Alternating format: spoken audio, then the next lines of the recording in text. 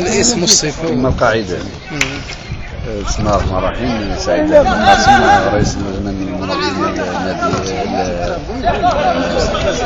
دوري المرحوم علام بيرو اللي كينظموا نادي اولمبيك العيون لكرة القدم. يعرف دوره مشاركة مجموعة من الفرق منها المغرب العربي، الاتحاد الرياضي المسؤولين كيخوضوا الآن المقابلة النهائية اللي كتعرف واحد السيطرة الشركة الاتحاد الرياضي ويسلي وصل التعادل. والحمد لله الدوري دار في أجواء حميمية وذات السياق. كنشكر المدير الشديد والرياضة والمدير المركب السوسيو الرياضي